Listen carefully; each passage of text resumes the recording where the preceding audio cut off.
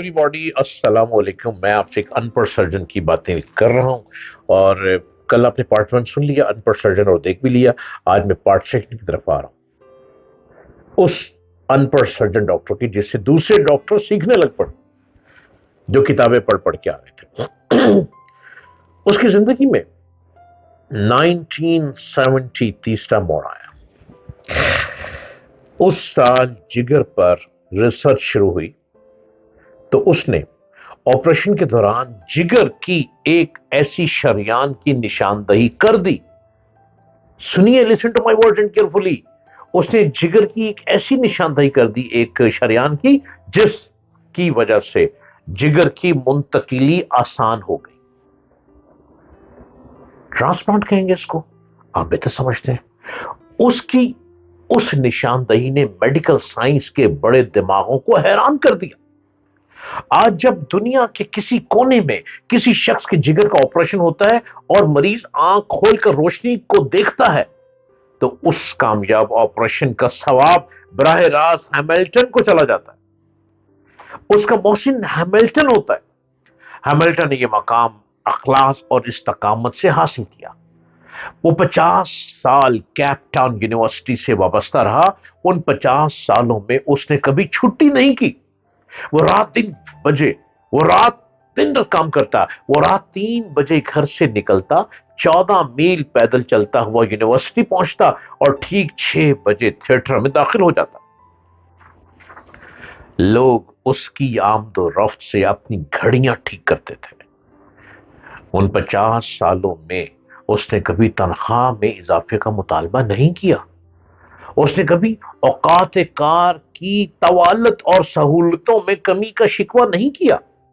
फिर उसकी जिंदगी में एक ऐसा वक्त आया जब उसकी तनख्वाह और मुराद यूनिवर्सिटी के वाइस चांसलर से ज्यादा थी और उसे वो एजाज मिला जो आज तक मेडिकल साइंस के किसी शख्स को नहीं मिला। वो मेडिकल हिस्ट्री का पहला अनपढ़ उस्ताद था। वो पहला अनपढ़ सर्जन था जिसने जिंदगी में 30 साल सर्जनों को ट्रेनिंग दी। वो 2005 में फौत हुआ। He passed away now this time। तो उसे यूनिवर्सिटी में दफन किया गया। ये एजाज है कि जिस यूनिवर्सिटी में उसने इतना करतब दिखाया, उसको वहीं पे दफन किया गया। और उसके बाद यूनिवर्सिटी से पास आउट होने वाले सर्जन के लिए लाजिम करार दे दिया गया वो डिग्री लेने के बाद उसकी कब्र पर जाएं, तस्वीर बनवाएं और इसके बाद अमली जिंदगी में दाखिल हो जाएं। और आप सुनते चले जाएं। आप जानते हैं कि उसने ये मकाम कैसे हासिल किया। नौजवान खामोश रहे, सुनते रहे, देखते रहे जो डॉक्टर बन के आ रहे थे, सिर्फ एक हाथ से। जिस दिन उसे जराफे की गर्दन पकड़ने के लिए ऑपरेशन थिएटर में बुलाया गया था, अगर वो उस दिन इनकार कर देता और अगर वो उस दिन ये कह देता मैं माली हूं, मेरा काम जराफों की गर्दन पकड़ना नहीं, तो वो मरते दम तक माली रहता। स्किल खुद बोलती है और ये खुदादाद सलाहियत है। आपके अंदर सलाहियत मौजूद है, आप अपनी सलाहियत को उभारें। डिग्री नहीं ले सके, किताब नहीं पढ़ सके, नसीब, किस्मत, लेकिन अब किस्मत लिखने का मौका आपके हाथ में। ये तकदीर की लकीरें आप बदल सकते हैं। इन तकदीर की लकीरों से अपनी दिमागी सलाहियतों को हासिल करके, उनको उभार के, उनको सामने लाके लकीरों को उभार सकते हैं। ये उसकी एक हाँ और 8 घंटे की इजाफी मुशक्कत थी जिसने उसके लिए कामयाबी के दरवाजे खोल दिए और वो सर्जनों का सर्जन बन गया। हमें से ज्यादातर लोग जिंदगी भर जॉब तलाश करते रहते हैं, जबकि हमें काम तलाश करना चाहिए।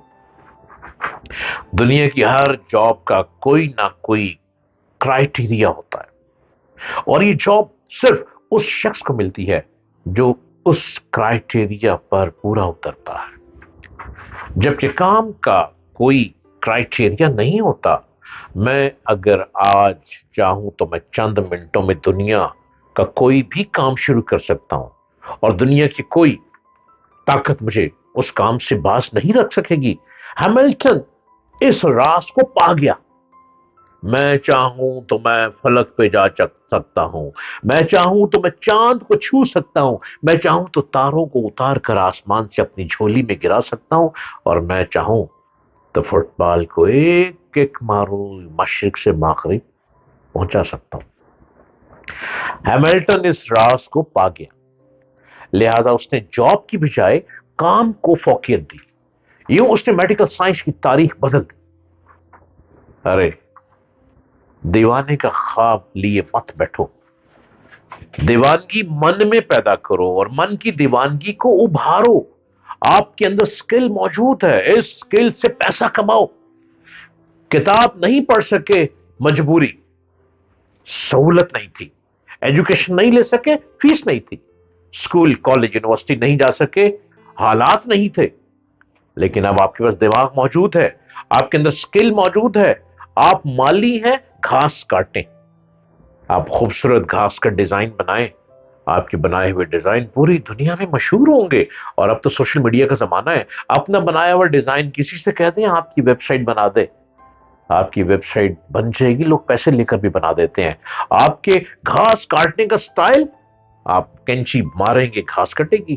درختوں کو خوبصورت بنانا، پودوں کو خوبصورت کرنا، پھول موسم کے مطابق لگانے، آپ اس کا ڈیزائن بنا کر ایک ویب سائٹ میں لے آئیں اور اس کے نیچے اپنا نام لکھ دیں، یہ میں مالی ہوں، اور اپنا نمبر دے دیں۔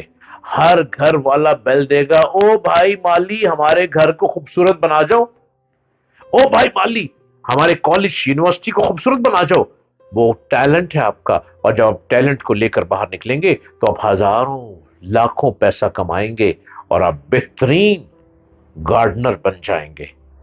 اس ٹیلنٹ کو باہر نکالیں، نہیں پڑھ سکے، حالات نے ساتھ نہیں دیا، حالات گھر سے ملتے ہیں، گھر نے ساتھ نہیں دیا، کوئی بات نہیں، آج میں بتا رہا ہوں، اپنے ٹیلنٹ کو لے کر نکلو اور ایک مضبوط انسان بن کے دکھاؤ۔